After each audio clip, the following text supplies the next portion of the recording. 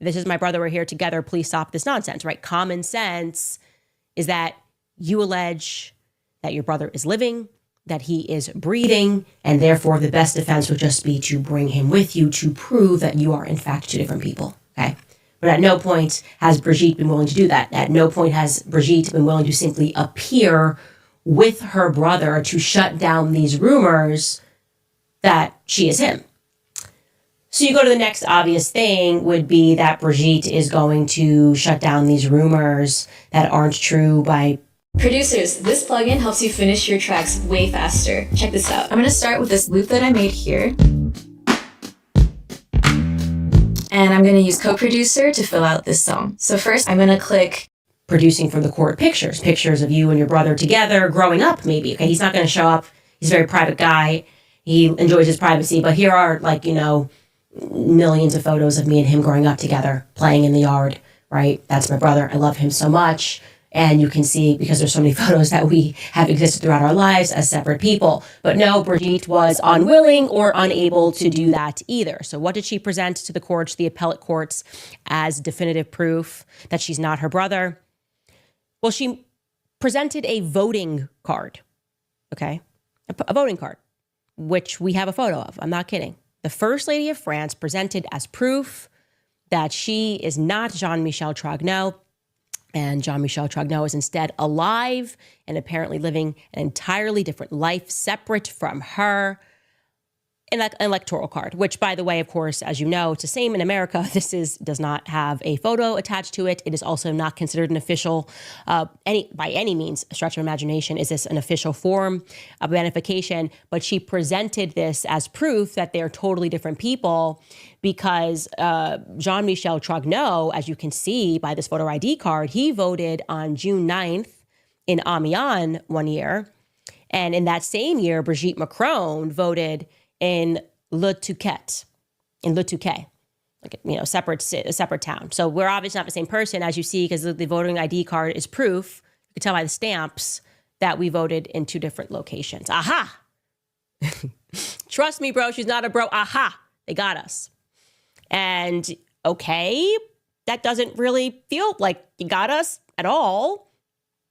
And so then the court pushed more on this, and maybe your lawyer should present an actual ID, a pictorial ID that is recognized as a legitimate form of ID. And they did.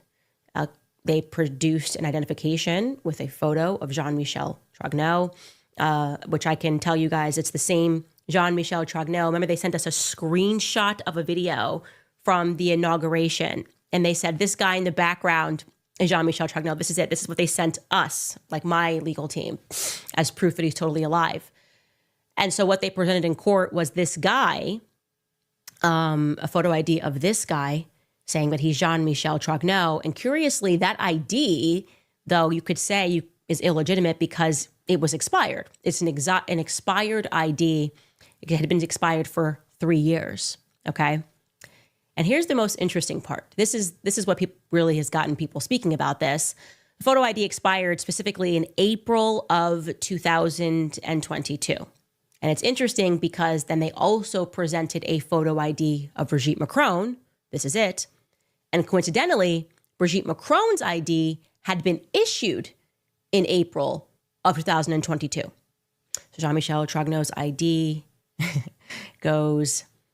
expires in April 2022, and Brigitte Macron's ID is issued in April of 2022. Could be a coincidence. I don't know. We're definitely going to find out because we have a court case. But the broader point here is, where's your brother? Just bring him with you. Why doesn't this person want to sit under oath and say that he is your brother and that he's that person, the original Jean-Michel Trogneau, that's curiously missing and that his face doesn't match when it's run against Chinese software and technology, that we're not getting a match here. We're getting a match that's you, that you're this little boy in the photo. Why doesn't he want to just show up and put all of this to rest? Nobody knows, guys. Nobody knows. Now back to Eric Dupond-Moretti, because many of you wanted further details.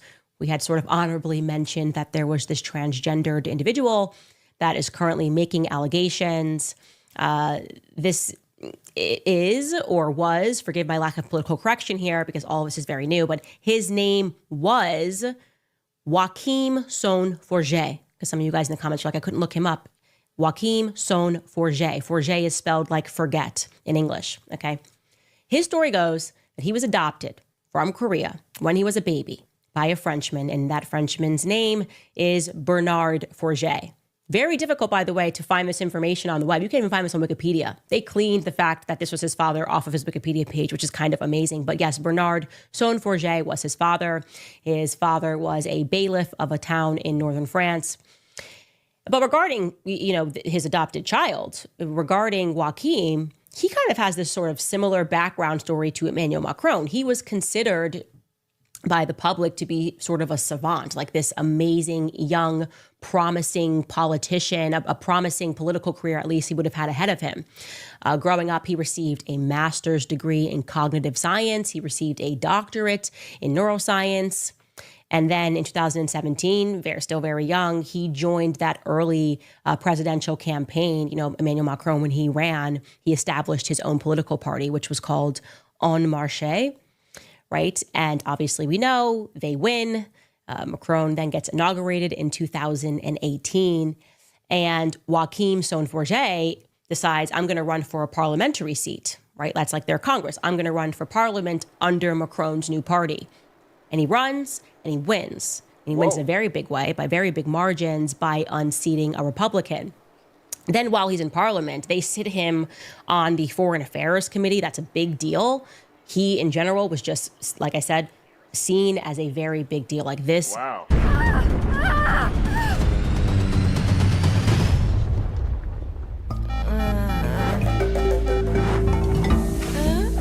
Kid has got presidential potential.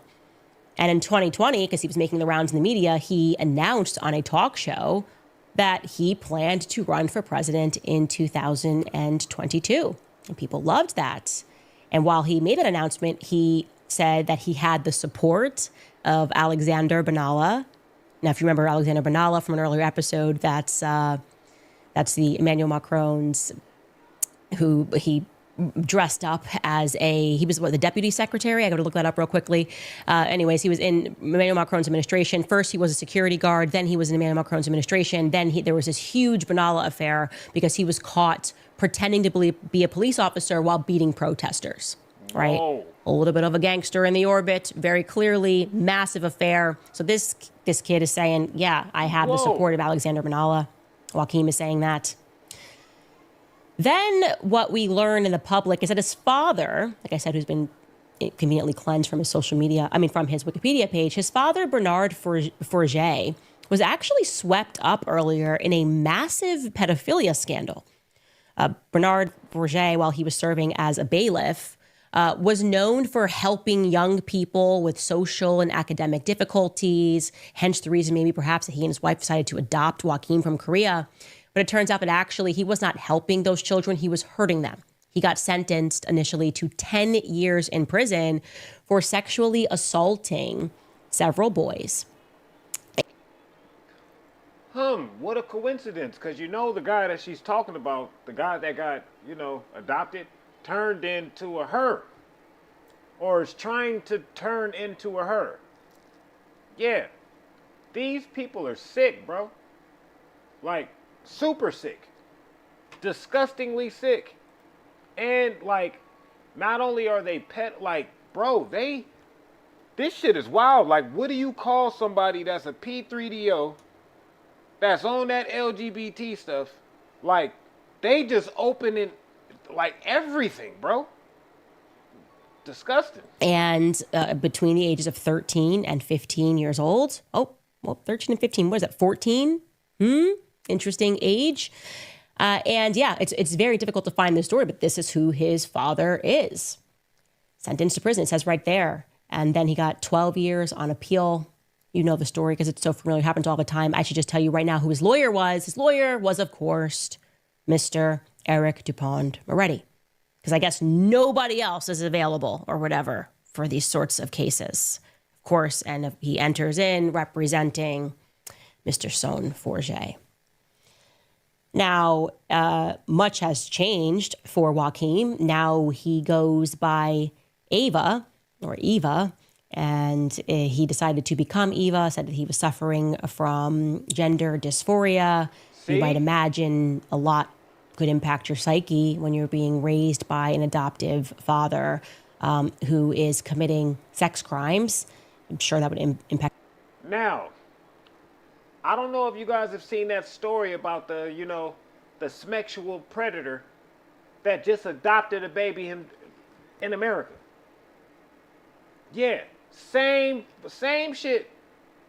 What do you guys expect to come out of that? When you got someone that's not mentally stable adopting a child, what do you think is going to happen to the child?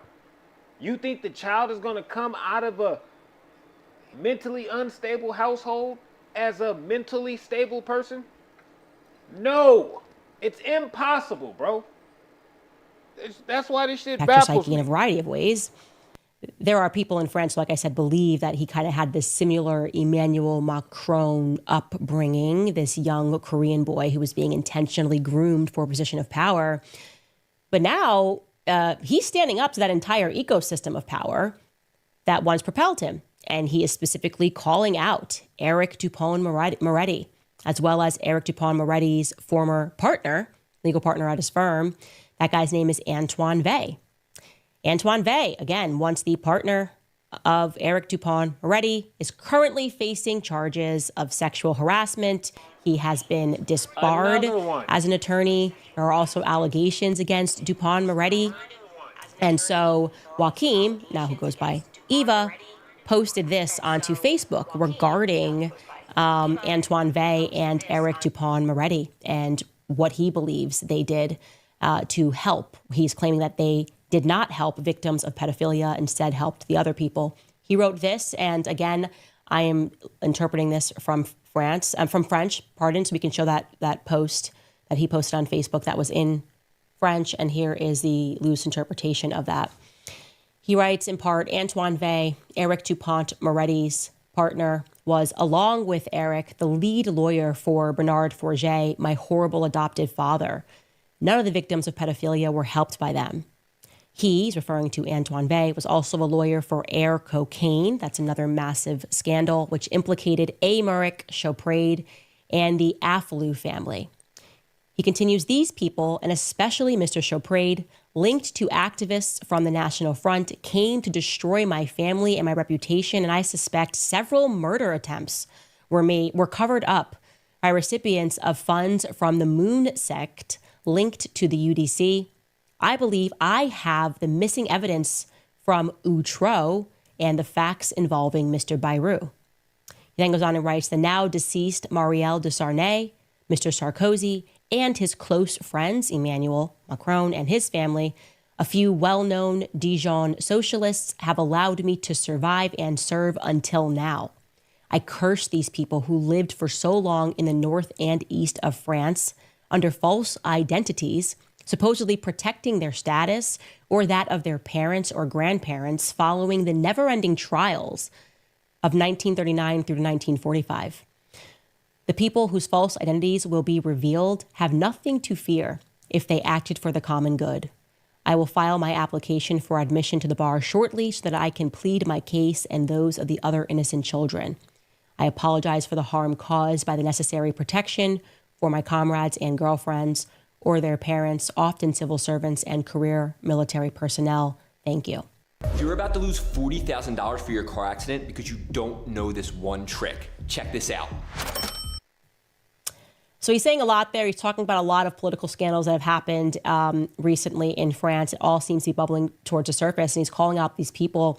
What I found to be really interesting about that post is his, first and foremost allegations that they're operating under false identities, and that their claim is that they're protecting their families, dating back to things that took place between 1939 and 1945. That's a very specific timeline. It makes me think about the Epstein case and us going into who the Maxwells were, and my suspicion that a lot of these people laundered their names. As I've said, they've laundered their names following World War II, I don't think because they were the good guys. I don't think because they were doing the right thing. I think because they were in power and have maintained a lot of their power. And so it's very interesting that he's making this allegation, and he's saying that a lot of stuff has been happening in the north of France. And like I said, it all seems to be bubbling to the surface. It's just fascinating. There are just so many players that are involved. And I think this is why there is mass panic, because the entire world is paying attention to what's happening in France. The entire world is paying attention to what's happening with Epstein. And these people are depraved and they are demented. And they, I think, have always been the bad guys throughout history and have seemingly gotten away with it by changing their names and changing their identities. We'll find out. I'm going to also tell you guys what my suspicion is regarding Brigitte Trogneau, because there's a lot of people. Where is the real Brigitte? I'm going to tell you what I think following a quick break. First, I want to remind you guys about our store. You can go to our website to support us, CandaceOwens.com. That means better digestion, healthy immunity, more. You'll get a full product weight because the IRS is, in fact, stepping up and for this, or your books are a complete mess. Their team knows how to usa.com/Candace. For those of you who have watched the series, you understand the web. The story that emerges to me that makes the most sense, and I think a lot of people might agree with this, is that it is very clear that Brigitte Trogneau existed. It is very clear that she was, in fact, the sister of Jean-Michel Trogneau. And I think that if I am guessing what took place here, Jean-Michel Trogneau took Brigitte Trogneau's identity at some point. It's very obvious he kind of becomes his sister. That's what seems to be the most logical conclusion based off of everything. And that would explain, because it's too wild of a theory to think that all of the siblings, even though the children, Tefan and her two siblings, yeah, they don't speak much, but if you would eventually speak out and say that is my parent or that's not my parent, but they're silent. And I think that their silence probably indicates that they are related to Brigitte in some way, right? So perhaps that's not their mother. I don't believe that is their birth mother. That is in the Élysée Palace right now. But it is somebody that they know and someone that they have been around their entire lives. Namely, that would be an uncle, right? Like Jean-Michel Trogneau, the original Jean-Michel Trogneau that we saw in that young photo from Amiens, I think is their uncle. So the question that people ask is, okay, if you're operating under that theory, what happened to the real Brigitte Trogneau? Based on everything that we know about Macron's parents, their involvement in the trans cause, trying to get IDs for transgendered individuals, fighting for trans rights, so to speak, based on what we know about Veronique, if you subscribe to the idea that Brigitte, before she became Brigitte, Jean-Michel Trogneau perhaps lived as Veronique. If you guys have not watched the series, you're going to be very lost right now. But for those of you that did, lived as a while as Veronique, well, that was during a time when trans people could not become somebody else. So if you are wanting to transition and you're living in the 80s and you are not allowed to just become somebody else under the law, what are you going to do? You need to have somebody who is dead or dying. You have to kind of become part of a network of people that are willing to give IDs, right? That are willing to give you IDs. It's kind of Mimi Marchand, she was fashioning IDs, getting IDs. I mean, those stuff that she's being accused of is forgery and things of that nature. And so if we are to believe that, I do believe that Brigitte Trogneau, the real Brigitte Trogneau existed, it's plausible that Brigitte Trogneau got sick, that the real Brigitte Trogneau got sick and perhaps had a dying wish to help her brother, Jean-Michel Trogneau, who was living perhaps as Veronique, right? And knowing that, okay, well, he's never going to be allowed to live his life authentically. He's always going to always going to be hiding and doing these sorts of things, because this is just not a time where people are recognizing this transgendered identity. Well, what if she gifted her brother her identity? Here, this is not a thing yet. You can just become me. Okay, that's, again, we're surmising. There's no evidence that Brigitte Trogneau died. There's no evidence of that. I'm just saying that when I put all the pieces together and I look at all the cast of characters and I think of the reason why Tefan would be the only person to speak out in the family about this stuff, well, Tefan's the youngest. Tefan would have the least memory if this theory is correct or holds any weight, Tafan would not remember her birth mother as much as the other children were. They're a lot older than her, old enough to have real memories of their mother. And so they would be uncomfortable, perhaps publicly representing that this is my mother. They would be comfortable being around this person if all you've known is that this is your uncle. And maybe obviously at that time when your mother did this, there was no idea that that person was going to become the first lady of France and then complicate matters even further. But that's what it feels like to me. It feels like to me that Brigitte Trogneau did her brother, the real Brigitte Trogneau, did her brother a favor and allowed him to become her. Again, that's my theory. While we're allowed to think, that is what I would posit. Be interested to hear what you guys think about that. Anyway, shifting gears here, what's been going around a lot right now is Zionists, these ultra-Zionists who have been so masked down in their evil, recognizing... Before we continue, y'all know Brigitte is somewhere socking the air.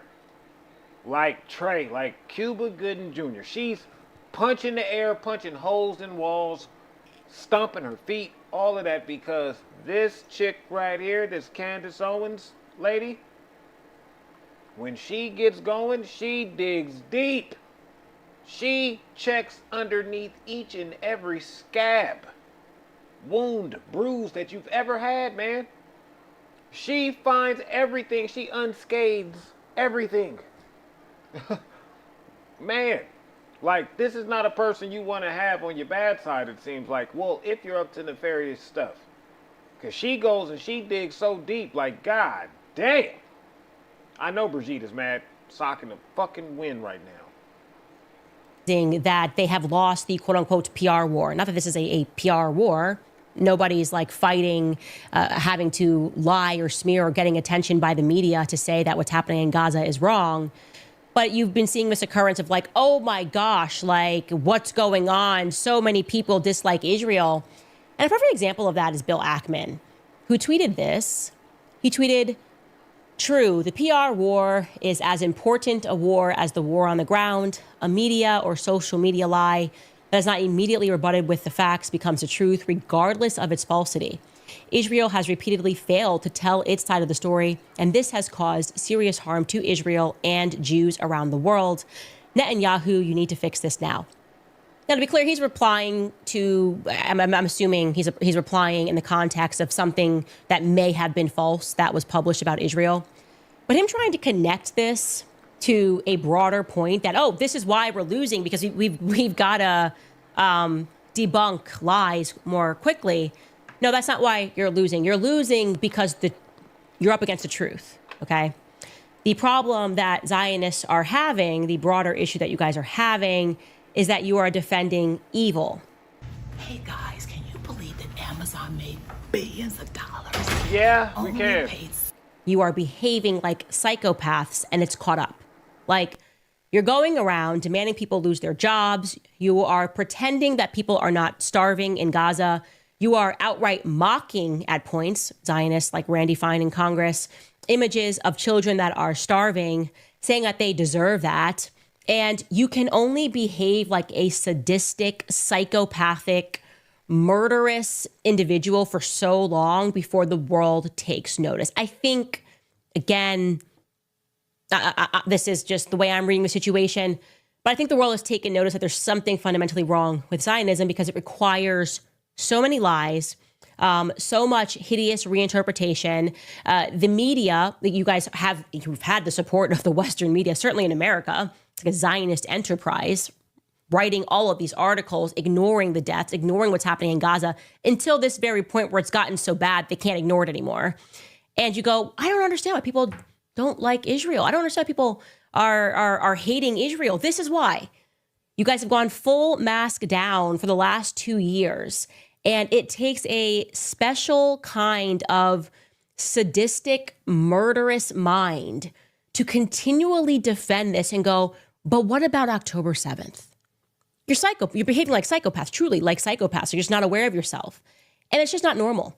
These headlines are just not normal. And we can go over some of these right now. I mean, you now have the patriarchs and the heads of the churches in Jerusalem who are issuing statements about what's happening the settlers, the absolute gremlins and goblins who go in and are taking over territory. Nope, not paying for it, not by just taking over people's territory, burning their crops, killing their animals, killing their livestock to make it so that it's unlivable. And just going, we're going to take it. It's ours.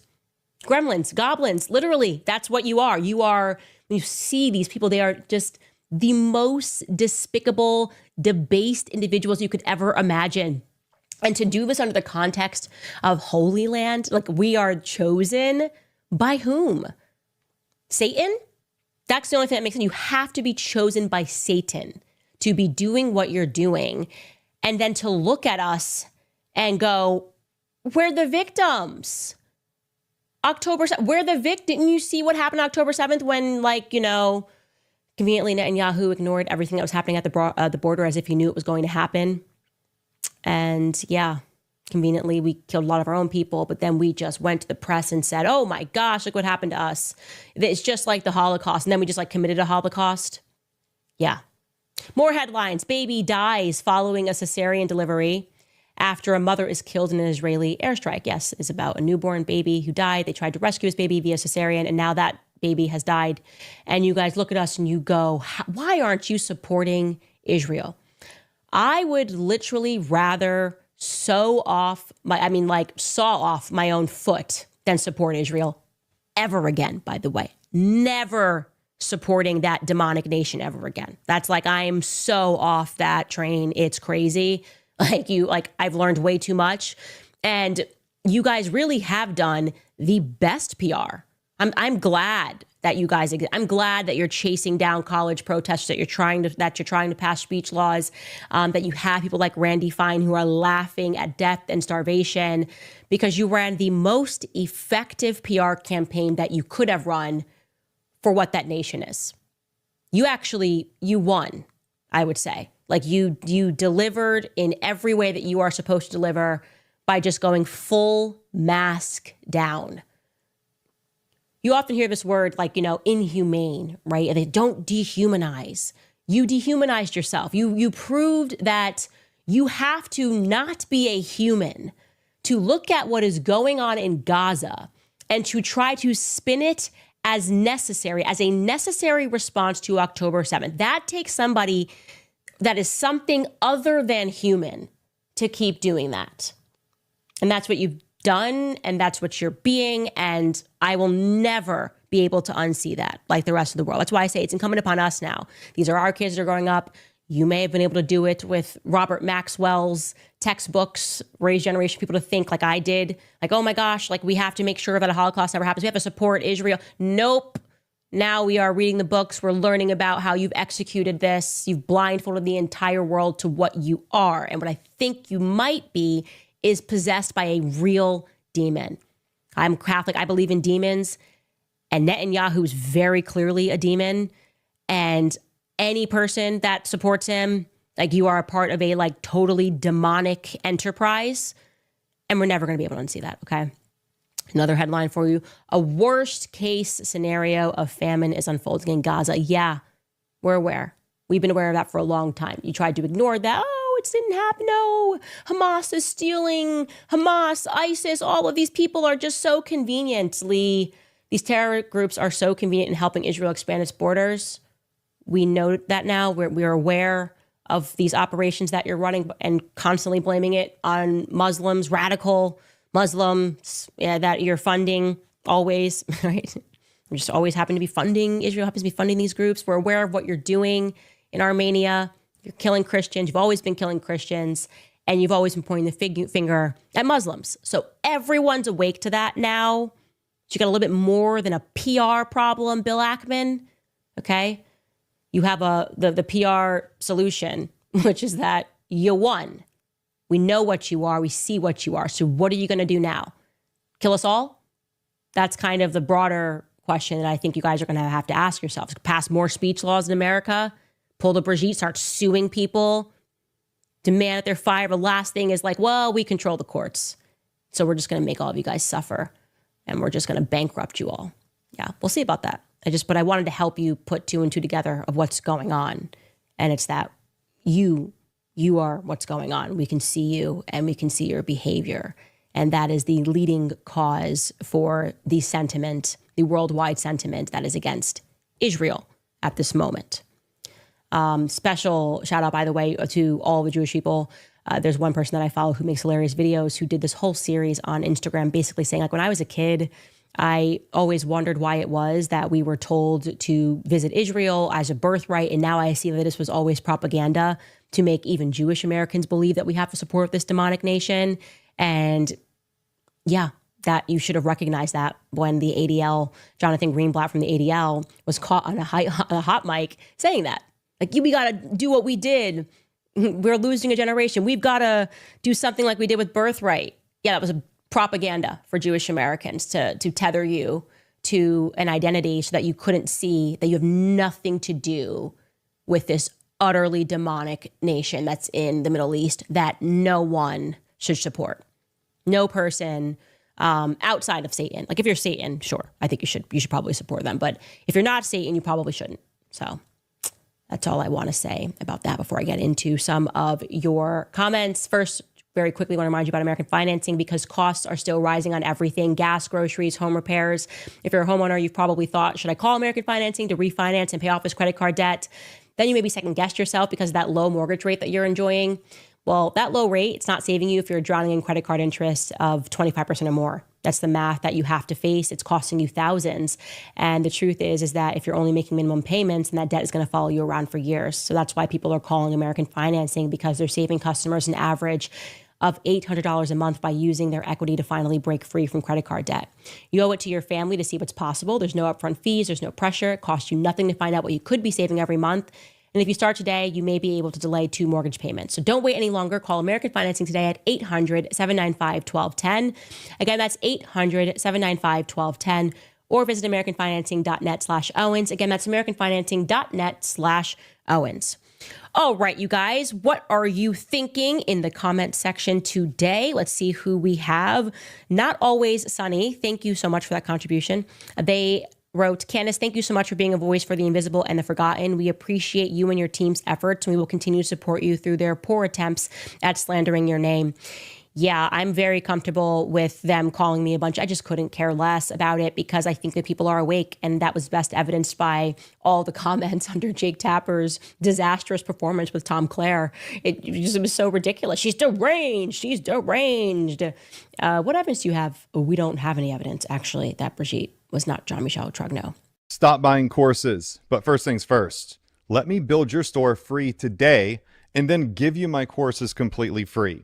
Now, I have an AI store builder that we've created that we've been using with Shopify now for about 2 years.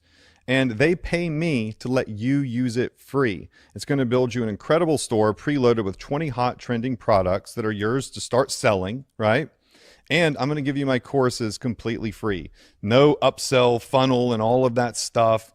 It's just a store that is built, that is optimized, that's ready to go, that is 100% yours. I don't own any of it. I don't take any of the sales. And Shopify pays me a commission. I'm awarded the most innovative commerce coach in the world by Shopify. They believe that I'm one of the best at not only building the stores, but teaching you how to use them. And that's why I have this deal. I don't have to sell you anything. Shopify is going to pay me. And here's the thing, if I don't perform 90 days from now, if you cancel your store, Shopify doesn't even pay me. You have to keep your store for 90 days for me to get paid. I'm highly incentivized to help you win with this store. And again, my services are free. All you have to do is simply sign up for a Shopify account. I can't get your Shopify account for you. And then go to the next page. You'll create a free account with our store builder. It'll ask you 2 or 3 questions like, what color do you want? It'll generate some AI banners for you. And then it'll connect to your new store. Boom. In 10 minutes, it's ready to go. The settings are set up. The products are preloaded. You're connected to a world-class dropship vendor that's here in the US. So you have 20 hot trending products that you can start selling right away. The courses and everything are unlocked, and you'll even have access to our live trainings that we do every week. And again, they're not sales trainings. They're not sales pitches. It's just meat and potatoes training. So if that sounds good to you, Let me build your store right here, right now. In this moment, you're watching this video.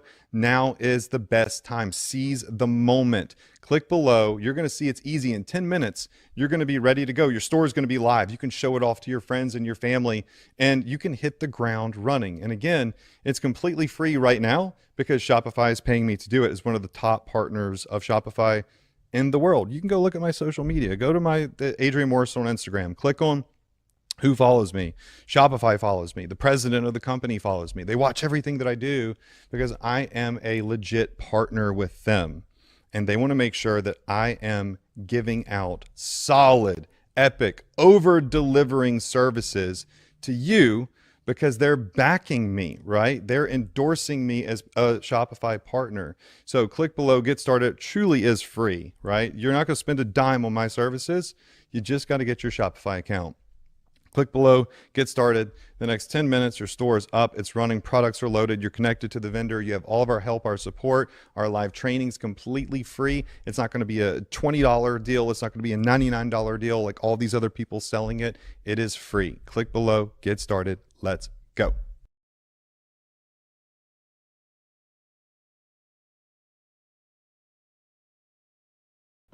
Are you planning to invest in a truck? Smart move. But have you considered which insurance coverage is right for you? Let me walk you through it. Let's start with several essential coverages mandated by federal and local authorities, as well as required by most logistics businesses. No carrier or broker will let you haul their customers' freight with at least $100,000 in cargo liability coverage. Cargo insurance is a must-have for all owner-operators and independent contractors.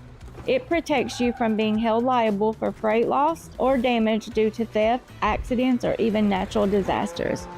Commercial cargo insurance is required when you operate vehicles like box trucks, cargo vans, flatbeds, car haulers, or most types of trailers.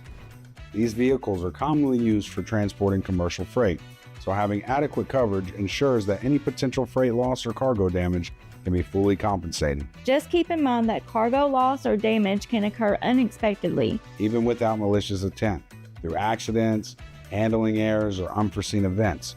Another critical coverage is general liability insurance. This protects against property damage and bodily injury caused to another vehicle or person in an accident. For instance, if you crash into someone's rear bumper on a rainy day on the highway, general liability will cover the damage. The required coverage amount is usually based on the truck's weight and the type of material being transported, with a minimum set at $1 million. For truckers hauling hazardous, explosive, or radioactive materials, the coverage requirements can be much higher due to the increased risks. In these cases, the necessary coverage can climb as much as $5 million to account for potential damage such materials could cause. If you use your truck for business purposes, you almost certainly require commercial truck insurance. In fact, most states require this type of coverage. Even if it's not mandatory where you operate, having it provides an important layer of financial protection for your business. Unlike standard liability insurance, commercial truck insurance covers damages to your truck as well as liability if your vehicle is at fault in an accident. The amount of coverage you need depends on various factors, such as your driving history, the condition of your truck, the routes you typically drive, and more. If you're a business owner, commercial auto insurance is likely to be on your must-have list. It provides coverage for both liability and damages that may arise during work-related activities. Key features: liability coverage, physical damage coverage, Uninsured motorist coverage, personal injury protection, non-owned auto coverage. Last but not least on today's list is non-trucking liability insurance. This coverage safeguards against property damage or bodily injury during personal use of your truck when you're not under dispatch.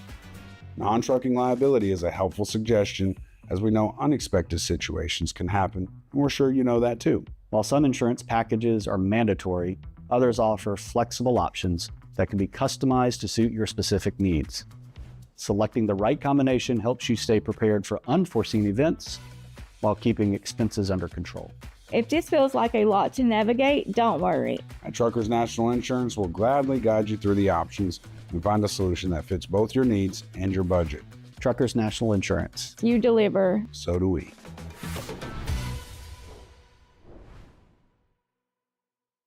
That's essentially what Tom Clare said. That's how I took it when he couldn't name anything that they supplied. Omran Hamoud writes, keep speaking up for the oppressed and most importantly, speaking truth. Yeah, it's not just me, it's everyone. Like I said, you use your voice when you comment, when you're in the comment section, you're hitting hard. That is, I feel like I look at that and I'm like, I'm so grateful that so many people are defending me before I can even defend myself. It also puts them on notice to let them know that the propaganda doesn't work anymore. The propaganda does not work anymore. Whether it's CNN, whether it's Bill Ackman, the people are becoming more and more educated. I actually can't wait later on this week to tell you about this incredible conversation that I had with Grok. I want to debate with Grok. I just want you guys to know that. But it's important to talk about that because one element of this is that they're constantly wiping away history. And I believe that Grok and AI is a step in that direction because once they say that there's no evidence for this, for some reason people trust the computer response. They think it's like a calculator. And they don't think that, and actually it matters who's programming that calculator. And I have a stunning example of exactly how much like Grok will willfully ignore evidence that you're presenting to him if it's found in a book. And that's what they want. They want a generation of people who don't read books and don't remember books so that they can just delete information off of the web and then it never happened. And that's very scary to think about. Marzi writes, you should look at the French banks in Africa. They have been looting Mali for natural resources. Also, France was involved with abusing children there as well. Oh, I'm aware. They were ejected from 3 African countries in the last 6 years. Yep, I'm very aware of that. Like I said, Andre Gide, the self-admitted pederast. Oscar Wilde, pardon me, as well. They viewed it as you go down to Morocco and you can abuse Arab children and initiate yourself as a Freemason of sorts. We get into all that stuff in the book club.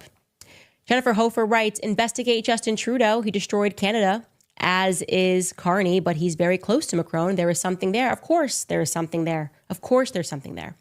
By the way, random, but my producer Skylar told me that he's dating Katy Perry now? What is this headline? Justin Trudeau, Katy Perry spotted dining together at high-end Montreal restaurant. Honestly, Katy Perry ain't been the same since she went to space.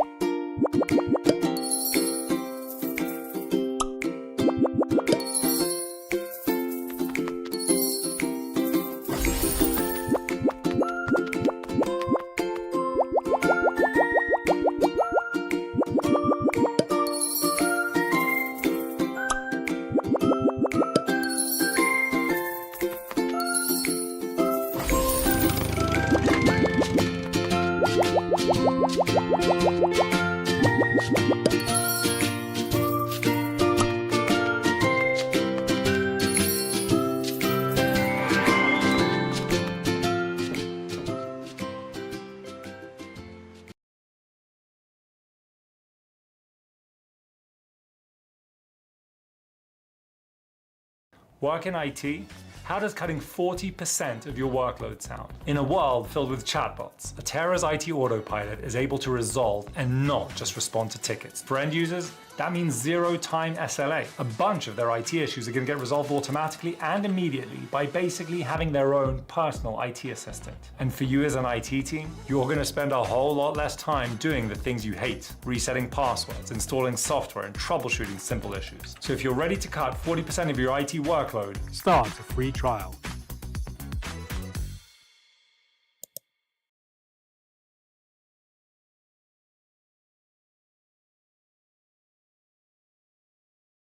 She ain't been the same. I just feel like she never really came down from that high of sorts. Nicola Rose writes, good evening and hello from London. I just got to say, I really hope your next Standus Cup and your shirt merch will be, quote, unimaginable firepower from Eric Dupont Moretti. That's right. That's what he said. In his conspiracy about me. Then she started investigating this with unimaginable firepower. What do you mean? I had no firepower. The media called me crazy. I lost my job. I got kicked off of YouTube or demonetized on YouTube. What was the firepower? Oh, I know what it was. The truth, homie. The truth. You just keep saying it, and eventually people wake up and recognize which version is the lie and which version is the truth. That would be funny. You are right. That would be the ultimate troll, as you say. Jerry writes, do you think President Trump will get involved if this becomes a state issue? You know what? I do want to say something about that. I think it's incumbent upon President Trump and, more importantly, Vice President J.D. Vance to make a statement. Because don't you remember when J.D. Vance went over to Europe and he gave this banging speech? It was great. He was talking about how, your leaders have an issue with speech. I'm paraphrasing here. He sounded much more eloquent and brilliant when he said it, but he really stuck it to them. And he was like, you have, rather than listening to your constituents, you guys try to shut down their speech. You're trying to criminalize speech all across Europe. And we won't stand for that as partners. We won't stand for you guys doing that to your own constituents. Yeah, okay, well then what happened, J.D. Vance and Trump, was they're doing it to one of your constituents. Emmanuel Macron and Brigitte are trying to shut down the speech of one of your constituents. And you know that because they flew to the White House and they tried to get you to do it. So yeah, I think it's coming upon the White House to comment on the situation and say, this is crazy, and that they have stepped over the line, but they haven't done that. Your silence is violence in this matter, J.D. Vance. Your silence will be taken as violence. Kay Castro writes, Brigitte actually makes me believe in toxic masculinity. Well done. I like that. That's very funny. I think we're going to have to use that. We have so much fun when we make our thumbnails. I like toxic masculinity as a future thumbnail when we discuss Brigitte. Anyways, you guys, that's all the time that we have for today. Tomorrow, I will be releasing an interesting conversation with Harvey Weinstein in the aftermath of everything, speaking about the courts and the court system, whether or not the court system is rigged. And if it is rigged, who is it rigged on behalf? On behalf of? Who is it rigged on behalf of? He had some very interesting answers. And so we will have that for you guys tomorrow. And yeah, that's it. We'll see you then.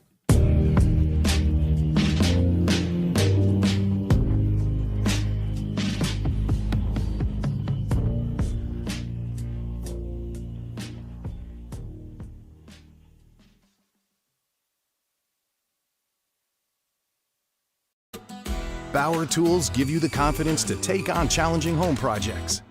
With hundreds of corded and cordless tools and accessories, Bauer is ready to deliver.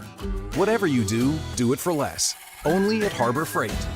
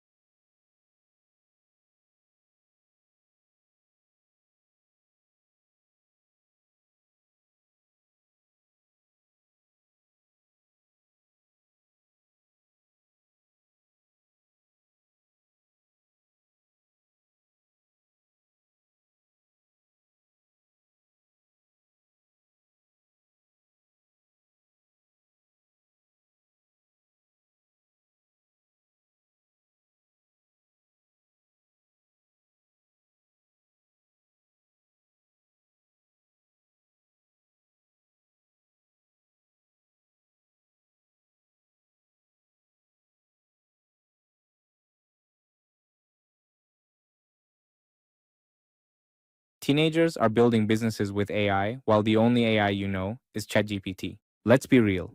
Most people over 40 use ChatGPT like it's Google. Copy, paste, ask a basic question, move on. That's not how smart people use AI. Tomorrow, we're starting the 28-day AI challenge for beginners over 40.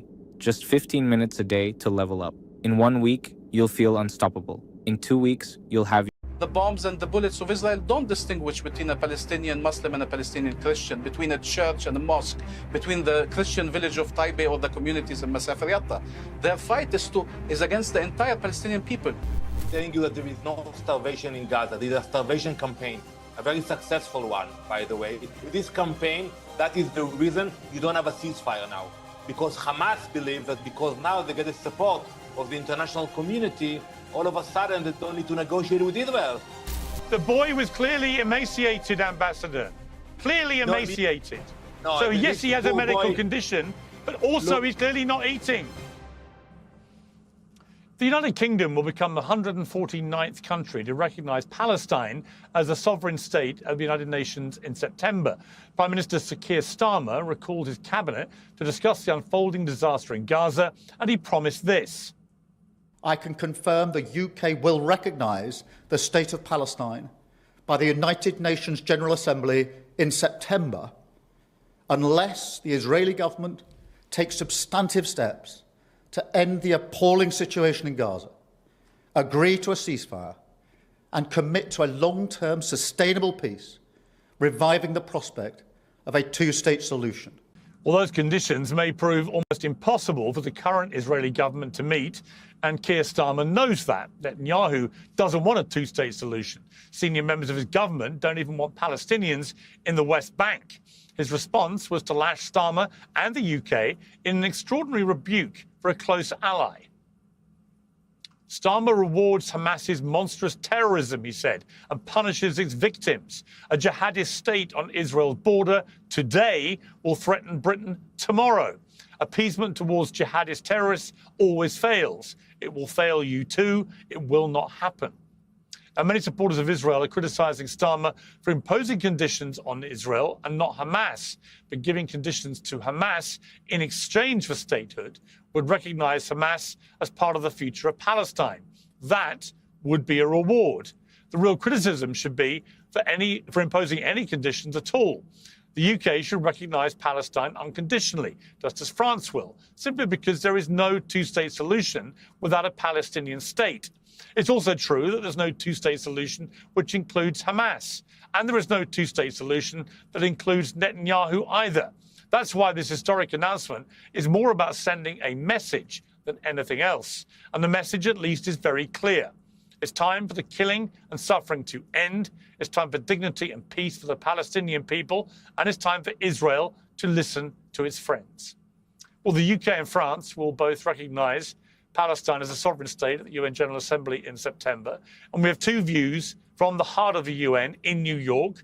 Israeli Ambassador Danny Danon joins shortly.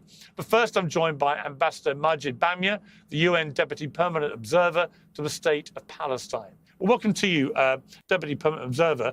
Can I ask you, first of all, your reaction to this announcement from the British Prime Minister that the UK will, from September, recognise the State of Palestine? We believe this is long overdue. We think this is extremely important. If you believe in the right to self-determination, if you believe we are entitled as all nations to liberty and dignity, and if you believe in peace and the two-state solution, there's no justification not to recognize the State of Palestine, and we are seeing that many intend to do so in September. The critics of it say it's a reward to Hamas, a reward for terrorists. What's your response to that?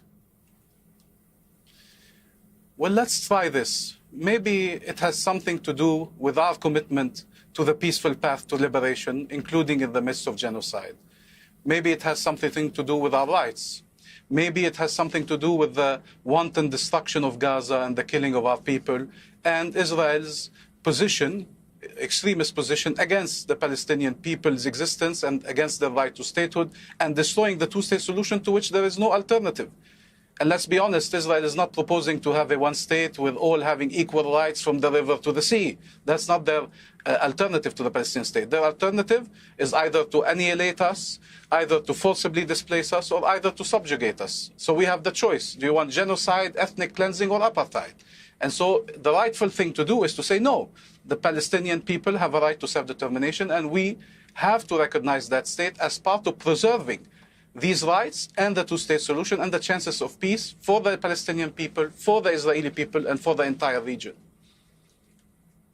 Do you accept that on October the 7th, that the scale of the terror attack by Hamas means that they, in that moment, abrogated any right to be part of any government at the end of this war in Gaza and the West Bank, for that matter?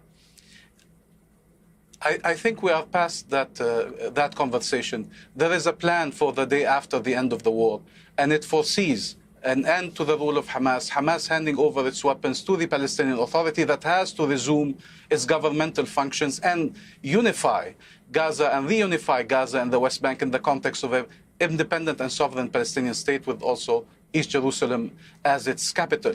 The fact that the war on the Palestinian people in Gaza is ongoing is delaying these solutions. The fact that Israel doesn't want a Palestinian Authority that is empowered, that it is doing everything to annihilate the forces of peace in Palestine, that it is willing to go on to avoid the prospect of a Palestinian state, is delaying all of this.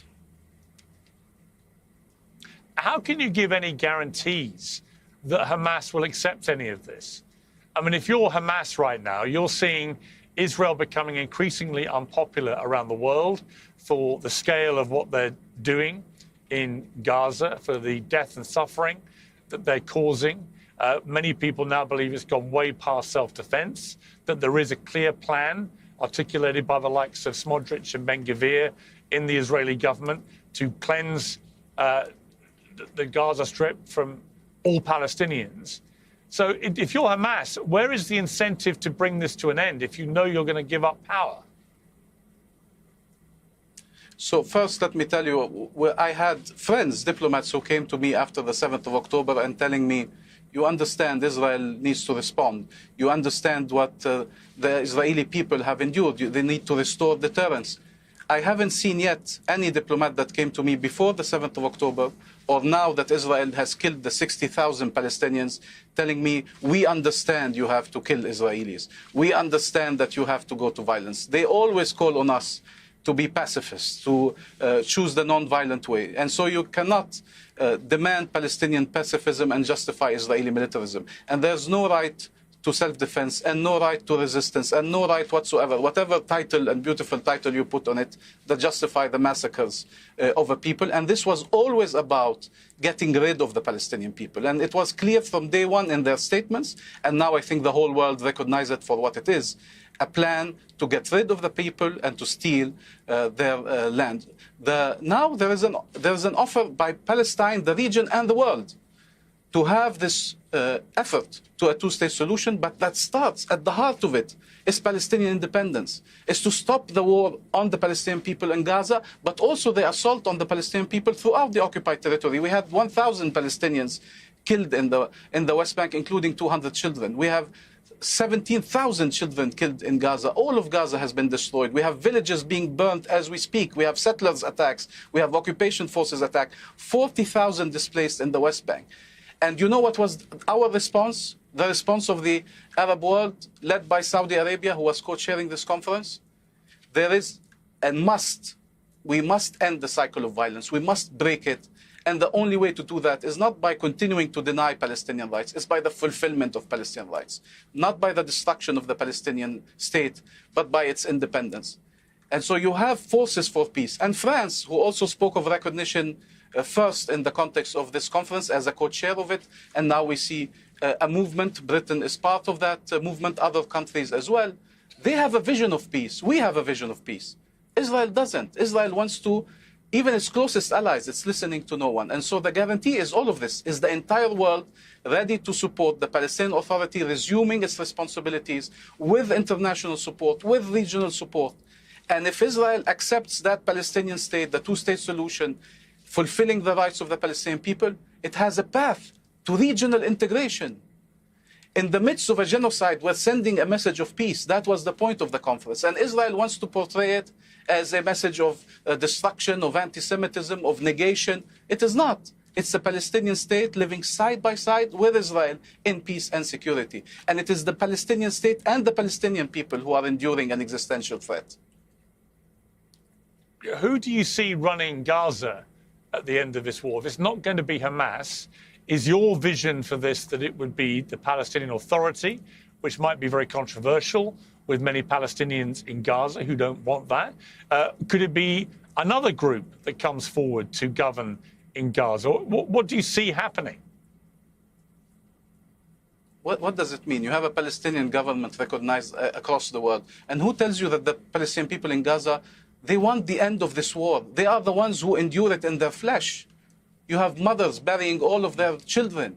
You have people who have been tortured. You have people being starved by the millions. You have an entire classroom killed every single day. 10 Palestinian children losing 1 or 2 legs every single day. 25 Palestinian children losing 1 or both parents every single day. It's been 662 days. Those who absolutely want this war to end. And they know that part of it is also that reunification and that statehood that will make sure they never have to endure such hell again, and that protects them from all of this, are the Palestinian people in Gaza. That is not the concern. But I am telling you that the only problem Israel has with the Palestinian Authority, and it knows that the Palestinian Authority will have the support of the region and the world.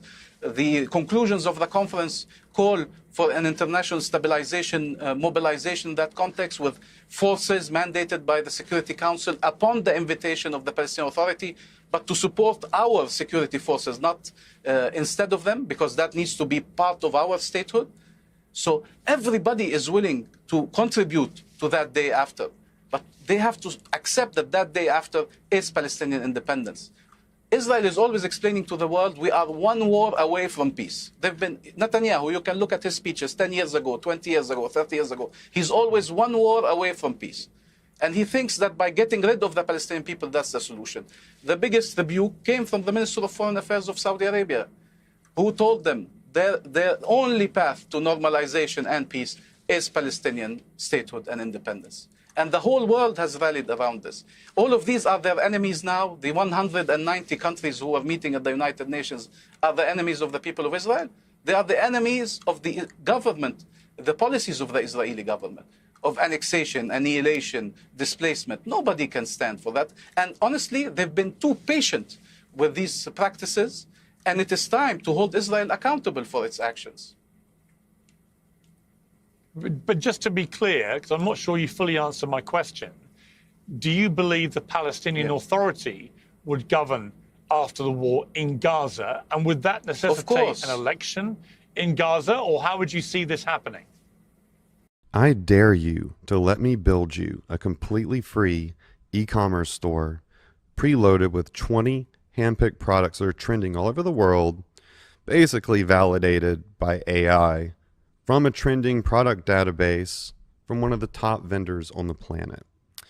And the reason that we can do this completely free for you is because, well, Shopify is paying me to do it. You've probably seen me before, because for the last year, Shopify has loved the AI-paired software that we built so much that they've been paying me to build people just like you, complete beginners, a completely free store. Now, again, it's free for you, right? Shopify is paying me a commission to do it. And if you don't keep your store for more than 90 days, I don't even get paid. But your store is still free, right? And after 90 days, it's still your store. I don't own a percentage of the store. I don't control the store. It's yours. You can delete products from it, add new products to it, all that good stuff. It's your store, okay? Not only that, I'm going to give you my courses completely free. I'm not going to try to upsell you a bunch of courses. I know you've seen gurus trying to sell courses for $1,000, $2,000, so on and so forth. I can afford to give you my courses for free because, again, Shopify pays me when you use this software and open up a Shopify store. So you get a free store, right? I get a commission from Shopify, and Shopify gets a new merchant to their platform that's being trained by me. It's a win-win-win situation. All you have to do is click here right now. I dare you to do it. I dare you to see if it's free. You're going to go to the next page. You're going to create a free account. You're going to get a free account to our AI software that's going to build you a store in the next 20 minutes. Is ready to start taking orders. The sales pages are going I'd like to see the opposite. The Palestinian Authority has to resume as soon as possible. There are some transitional arrangements for 6 months under the umbrella of the Palestinian Authority and with a role for the Palestinian Authority. But the and these arrangements. That would be incredible to see. But actually, let's go ahead and take a look at the standings after that first game to see where everyone is currently standing. And yes, I think that Team Jonas, oh my goodness, 3 ship eliminations, 10 points for placement, which I'm assuming he took first place, 13 total points for Team Average Jonas, with Team Batty Lol following short behind at 8, and then Team Nitro Jenny with 5, Rainho at 4, and Bonsai Bros at 2. This is just Group A for game number 1. Group B, of course, we saw Team Blue and Queenie take that win with the escaping the Wild Gate points, as well as 1 ship elimination points for a total of 14 points. Oh my goodness. Now, guys, I'm not that great at math, but 14 is a much bigger number than 6. So already we're seeing some major gaps being thrown in just after game 1. Poor Team Deer as well, down there at the bottom. They were the first ones to like look at the artifact, and then at the bottom, which is funny because the team that took them down, well, that was the only ship elimination.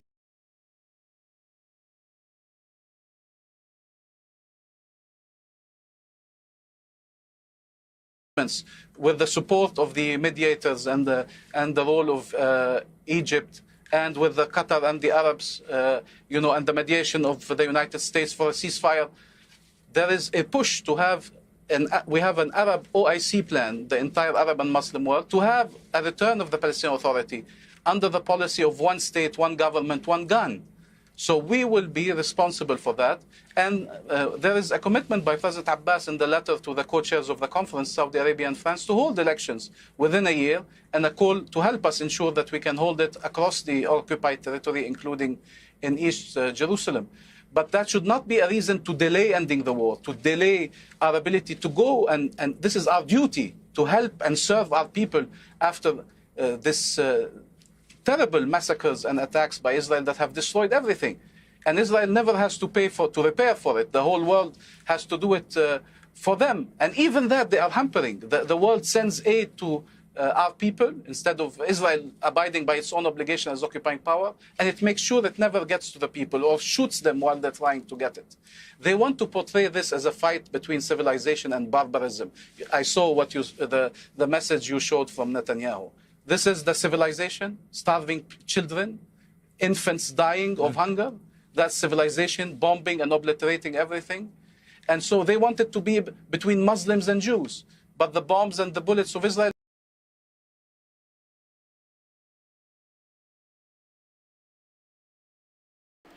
Now, I'm not gonna lie, I've seen the videos of them, of Israelis like actually going over there trashing the food, saying that they don't deserve to eat, that they deserve to starve and shit like that.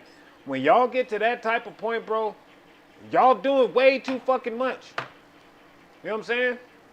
I understand folks want to feel sorry for y'all and what happened October 7th, but that shit is some bullshit for y'all to be taking it that far. Now y'all don't want the innocent folks to eat? That shit is crazy. Like, they was literally trashing it, throwing it all over the place, making sure that it was messed up so they couldn't get to it. I'm most likely gonna do that video right after this. Don't distinguish between a Palestinian Muslim and a Palestinian Christian, between a church and a mosque, between the Christian village of Taipei or the communities in Masafir Yatta. Their fight is against the entire Palestinian people.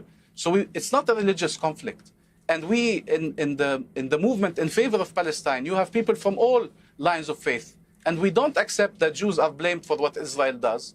And we don't accept that Israel uses Jews or the Holocaust as a shield from accountability and criticism. It's an insult to the memory of the victims of the Holocaust that instead of using the Holocaust as a reason to uphold international law, as a reason to salvage our common humanity, as a reason to end impunity, you use it as a justification for killing children, for atrocities, and for explaining why perpetrators should be shielded from any accountability. This has to end. This is destroying Gaza, but it's also destroying the region and the rest of the world. And that's why the world are coming together to save Gaza, save Palestine.